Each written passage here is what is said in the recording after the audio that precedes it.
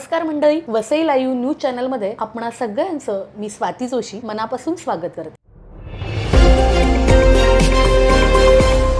नवरात्र उत्सव सुरू आहे आणि वसई लाईव्ह न्यूज चॅनलच्या मार्फत आपण आपल्या परिसरातील वेगवेगळ्या नवदुर्गांना भेटतोय। नवरात्र म्हणजे स्त्रीच्या सृजनतेचा उत्सव। स्त्री आणि भूमी दोघीही सारख्याच, दोघींकडेही सृजनता, सर्जनता आणि निर्मिती क्षमता, दोघीही ह्या सृष्टीच्या निर्मिती करत्या, त्याचबरोबर ह्या दोघीही ह्या सृष्टीच्या पोशिंद्या, रक्षण करत्या। म्हणूनच हा नवरात्र उत्सव त्या स्त्री शक्तीचा असतो। त्या स्त्री शक्तीला समर्पित करण्यासाठी म्हणूनच वसई लाईव्ह न्यूज चॅनलनी आपल्यासारख्या तुमच्यासारख्या समाजात कार्यरत असलेल्या, आपल्या कर्तृत्वाने वेगळा ठसा उमटवणाऱ्या महिलांचा सत्कार म्हणून आपल्या चॅनलच्या मार्फत त्यांच्या मुलाखती घेऊन त्या सर्व प्रेक्षकांपर्यंत पोहोचवण्याचं ठरवलं आणि त्याच माध्यमातून आजपर्यंत आपण वेगवेगळ्या जणींना भेटत आलेलो आहोत। आजही आपल्या स्टुडिओमध्ये अशाच एक आपल्या आगळं वेगळं कार्य करणाऱ्या महिला आपल्याकडे आलेल्या आहेत आणि त्या ताई म्हणजे अभिलाषा वर्तक।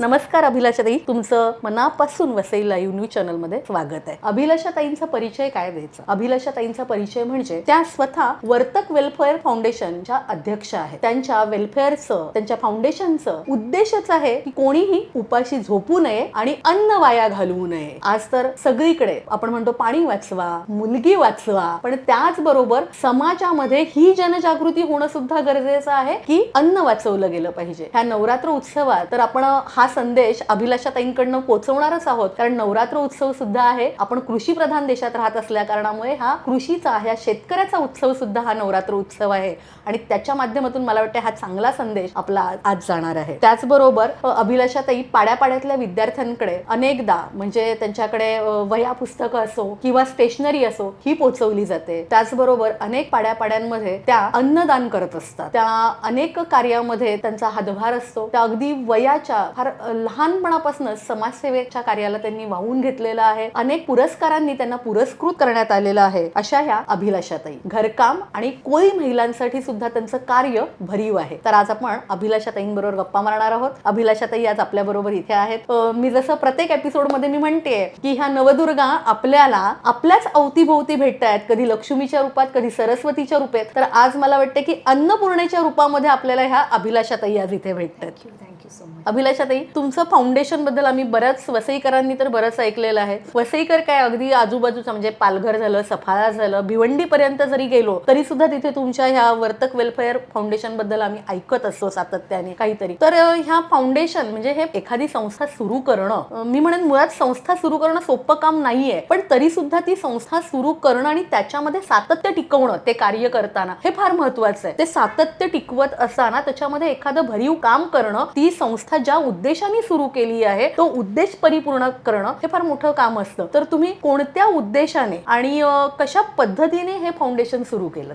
सर्वप्रथम मी आभार व्यक्त करते वसई लाईव्हचे की त्यांनी माझा विचार केला आणि एक म्हणतात ना, एक सन्मान दिला, एक स्त्रीचा सन्मान दिला, त्याबद्दल मी वसई लाईव्ह आणि डाबरे सरांचे फार आभार व्यक्त करते। आता वर्तक वेलफेअर फाउंडेशन बद्दल जर बोलायचं असेल तर कसं असतं ना की आयुष्यात होणाऱ्या प्रत्येक गोष्टी ज्या आहेत ना ते आपल्या मनापासून असतात आणि ती माझी इच्छा होती की कसं आहे की ह्या देशामध्ये आहे ना सगळे कायदे आहेत की बाबा रस्त्यावर थुंकू नका किंवा इथे नो पार्किंग मध्ये जाऊ नका, पण आपल्या देशात 2024 मध्ये देखील असा कायदा नाहीये की अन्न वाया घालवू नका। या 2024 मध्ये अनेक लोक अजून देखील उपाशी पोटी झोपत आहेत, तरी सुद्धा अनेक ठिकाणी लोक अन्न वाया घालवत आहेत। असं म्हणतात की बाबा आम्ही आमच्या पैशाने विकत घेतलेलं आहे। तर आपल्या फाउंडेशनचा उद्देश हाच आहे की कोणी उपाशी झोपू नये आणि कोणीही अन्न वाया घालू नये, कारण की अजून हजारो लोक उपाशी झोपलेले असतात। सो त्या दृष्टिकोनातून हे फाउंडेशन आपण सुरू केले आणि अनेक लोकांना आपण अडॉप्ट देखील केलेलं आहे। अन्न वाया घालवू नये ह्याच्यासाठी मला वाटतं की तुमच्याकडे, तुमच्या मनात एक असं आहे, आता बोलण्यात आलं की शासनाने एक कायदा आणावा। हा शासनाने कायदा आणण्यासाठी तुम्ही एक स्वतः वेगळा लढा देताय, त्या लढ्याबद्दल आम्हाला ऐकायला आवडेल। कसं झालं ना की मला आधी वाटलेलं की अन्न वाचवण्यासाठी किंवा अन्न वाया घालवते ह्याच्यासाठी काहीतरी एक कायदा असेल, पण मी जेव्हा त्याबद्दल स्टडी केली तेव्हा मला कळालं की एक कायदा आलेला आणि त्याच्यावर स्टे गेला. तर मी विचार केला की स्टे त्याच्यावर आला, हा प्रकार काय घडला. मग मे बी नंतर मला असं वाटलं की सामान्य माणसाकडनं ना इतकंसं अन्न वाया जातं, पण मोठ्या लेवलला ते जास्ती प्रकारे किंवा जास्ती पद्धतीने अन्न वाया जात असावं आणि म्हणून तो कायदा येता येता कुठेतरी थांबला. चला कायदा आला नाहीये, हरकत नाहीये, पण तुम्ही अवेअरनेस तर जनरेट करू शकता. बरोबर. तुम्ही नो पार्किंगची बोर्ड लावता तर तुम्ही लावा ना तिकडे बोर्ड की don't waste food, donate food असं लावा. लोकांमध्ये अवेअरनेस येणं गरजेचं आहे. तर हे करू शकता. तर त्यामुळे मी पीएम ना पण मेल केलेला आहे, सीएम ना पण मेल केलेला आहे की कधीतरी मला अपॉइंटमेंटची पण मी धडपड चालू आहे. तर आता बघूया कसं होतंय ते. तुम्ही म्हणाला की अन्न वाया घालवू नका, आणि त्याचबरोबर आपल्या आजूबाजूला अनेक पाड्यापाड्यांमध्ये, अनेक वस्त्यांमध्ये आजही हजारो लोक, हजारो मुलं म्हणा,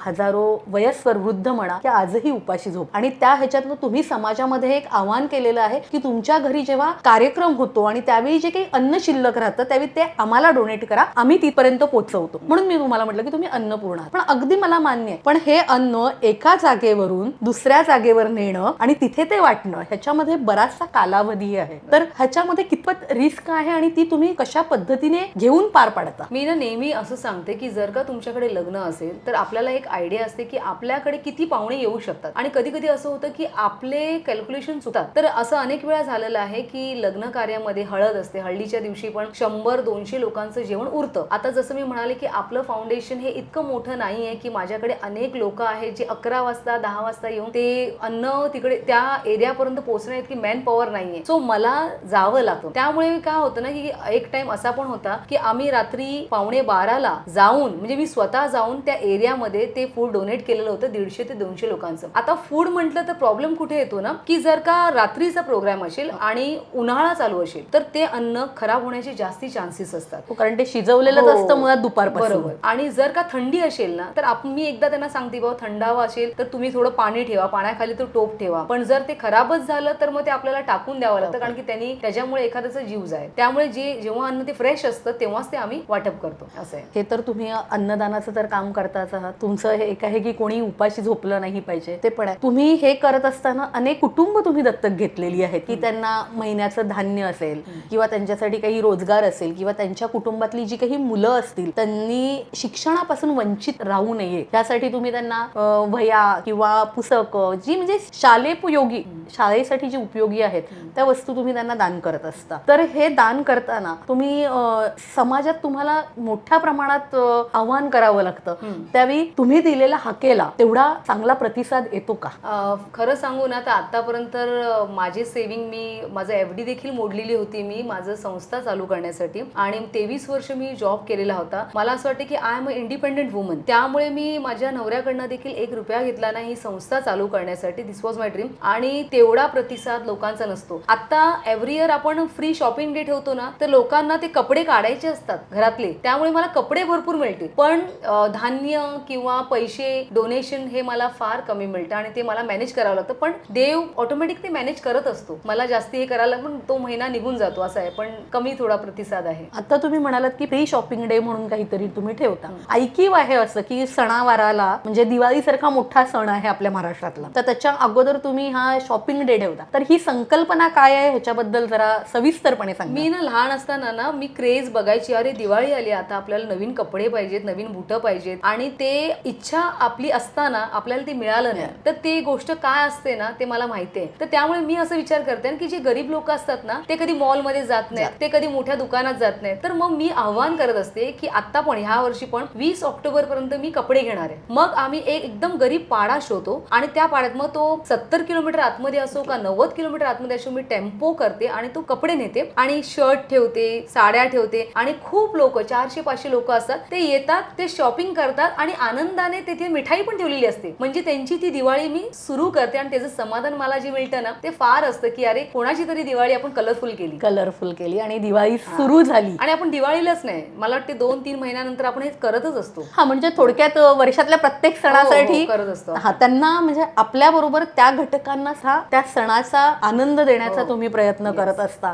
आम्ही अजून एक तुमच्याबद्दलचं एक एअर इंडियाचं वैशिष्ट्य ऐकलेलं होतं की एअर इंडिया सारख्या कंपनीमध्ये तुम्हाला तुमच्या मुलांबरोबर आमंत्रित केलेलं होतं. तर तो किस्सा सांगा जरा. काय झालं ना की आता एअर इंडिया म्हटलं तर माझ्या वडिलांची कंपनी, आता वडिलांची म्हणजे काय, टाटांची, आणि ते माझे फादर फिगर आहे, ते माझे आयडॉल आहेत. तर असं झालं ना की एअर इंडियासारख्या एका कंपनीमध्ये ना एक आर्मी ऑफिसर आहेत, ते माझं सातत्याने काम बघायचे. तर ते म्हणाले, त्यांना सांगितलं की ना एक मॅडम आहे, तर त्यांना तुम्ही इन्व्हाइट करा. तर ज्यावेळी मी मीटिंगला गेली तर ते म्हणाले की आम्ही ऑलरेडी सगळ्या मोठ्या मोठ्या फाउंडेशन्सना संधी दिलेली आहे, तुम्हाला आम्ही संधी का देऊ. त्यावेळी मी असं म्हटलं की माझी जी मुलं आहेत ते एरोप्लेन नेहमी डोकं वर करून बघतात, तुम्ही जर संधी दिली तर त्यांना सरळ मानेने एरोप्लेन एअरपोर्ट बघायला मिळेल आणि तुम्ही निमित्त असाल त्यांचं स्वप्न पूर्ण करण्यासाठी, तर तुम्हाला एक संधी मिळते. तर त्यावर त्यांनी सांगितलं नाही, आज आपण एकाची नाही तर 30 लोकांची स्वप्न पूर्ण करूया. आणि त्यांनी पूर्ण एअर इंडिया फिरवला मुलांना. मुलांची या वाऱ्याच्या बसुनी विमानी हो हो ही जी काही सहल आहे ती ह्या मुलांची तुमच्यामुळे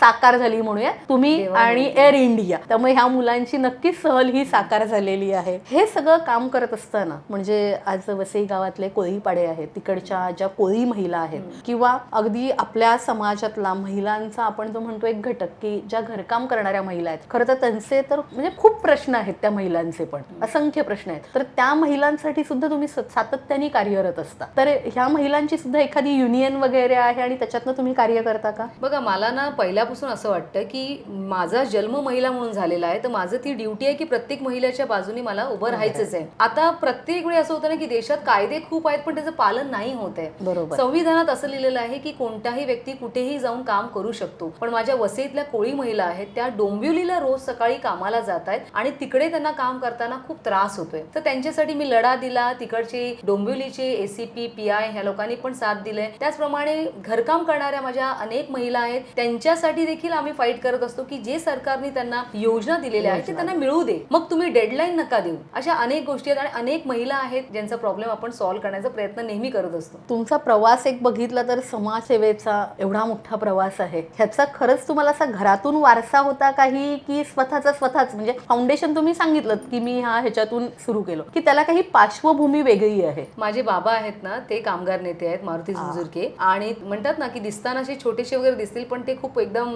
धडाकेबाज आहेत. तर ते मी त्यांच्यासारखी आहे. पण माझी आई पण आहे ना तेवढी स्ट्रॉंग वुमन आहे. त्यामुळे ते लहानपणी असं म्हटलं नाही की सगळं हातात मिळालेली गोष्ट नाहीये ना, ते आपल्याला घडवते, सिच्युएशन आपल्याला घडवते की अन्नाचा की आठवड्याला काय खायला मिळायचे मला माहितीये. ती स्ट्रगल मी बघितले, माझ्या आईनी स्ट्रगल केलेली बघितले. माझे वडील कामगार नेते असल्यामुळे ते नंतर कामगार नेते झाले, पण ते त्याच्यातून आलेलं आहे मला. सो मग विचार केला की करूया आपण. परिस्थिती तुम्हाला शिकवते आणि घडवते सुद्धा. घडवते. आणि जेव्हा तुम्हाला घडवते ती समाजासाठी एक वेगळा चांगला आकार देऊन तुम्हाला घडवते की समाज तुमच्याकडे वेगळ्या दृष्टिकोनातनं बघतो. समाजासाठी एखादं भरीव काम करण्यासाठी तुम्ही घडलेलं असतात. ती परिस्थिती तुम्हाला शिकवून जाते. तुम्ही त्याच परिस्थितीतून आलेला आहात, तुम्ही त्याच ह्याच्यातून शिकत आलेला आहात. अनेक महिलांसाठी तुम्ही सातत्याने काम करत असतात. तर आज तुम्ही जर का तुमच्या संस्थेमार्फत, तुमच्या फाउंडेशन मार्फत आज आपल्या प्रेक्षकांसाठी जर का काही आव्हान करू इच्छिता, तर माझं म्हणणं आहे की आज तुम्ही त्यांना आव्हान इथे करावं. वसई लाईव्ह न्यूज चॅनलच्या मार्फत हे आव्हान घराघरामध्ये पोहोचणार आहे. मी तर पहिल्यांदा सर्वांना हे आव्हान करते की नवरात्रीमध्येच